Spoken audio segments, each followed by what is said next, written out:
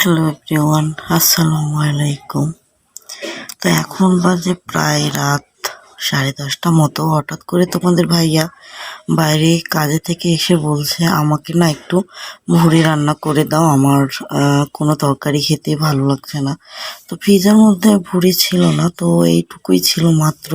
তার জন্য দেখো অল্প একটু ভুড়ি, তার ওই জন্য আমি ভাবলাম একটু আলু মিশ করে দিই, একটু ভাজা ভাজা করে দিই, তা হয়তো বা মুখে স্বাদ লাগবে। তো এখন দেখো এখানে নিয়ে নিয়েছি গোটা গরম মশলা, তেজপাতা, পেঁয়াজ আর শুকনো মরিচ নিয়ে চলে আসলাম গ্যাসে। রান্নাটা করতে আসলে অনেকটা রাত হয়ে গেছে, আমার প্রায় ঘুম ধরে আসছিল, ভালো লাগছিল না কিছু।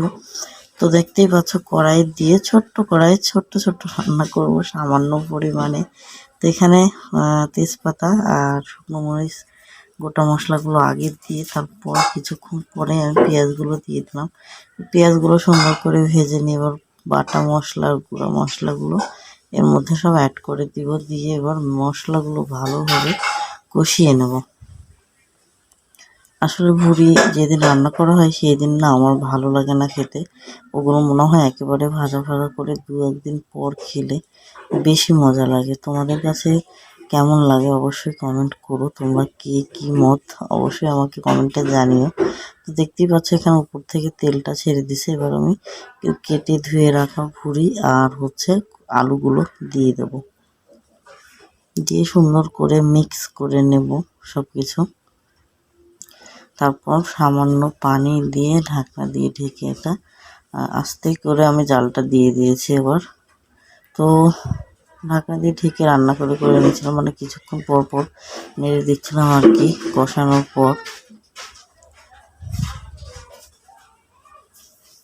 তো দেখো এখানে একটু পর আবার কষিয়ে নিলাম, তো কষানো হয়ে গেছে। এবার আমি এর মধ্যে রান্না করার জন্য পর্যাপ্ত পরিমাণ পানি দিয়ে দিলাম, দিয়ে এটা আবার আমি অল্প আঁচে আস্তে আস্তে রান্না করে নেব, কারণ জোরে জাল দিলে পানি শুকিয়ে যাবে, কিন্তু ভুড়িটা মজা হবে না খেতে। তো ঢাকনা দিয়ে ঢেকে কিছুক্ষণ পর দেখো রান্নাটা শেষ, আমার একেবারে শুকনা করে ফেলছি।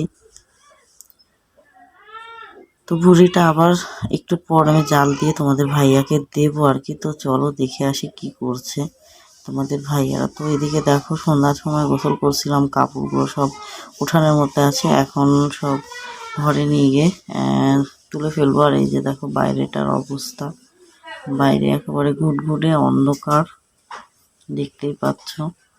আর এইমাত্র রান্না করতে করতে আমি প্রায় 11টা মতো বেজে গেছিলো। তো যাই হোক, আজকের ভিডিওটা এই পর্যন্তই। শুভরাত্রি সবাইকে।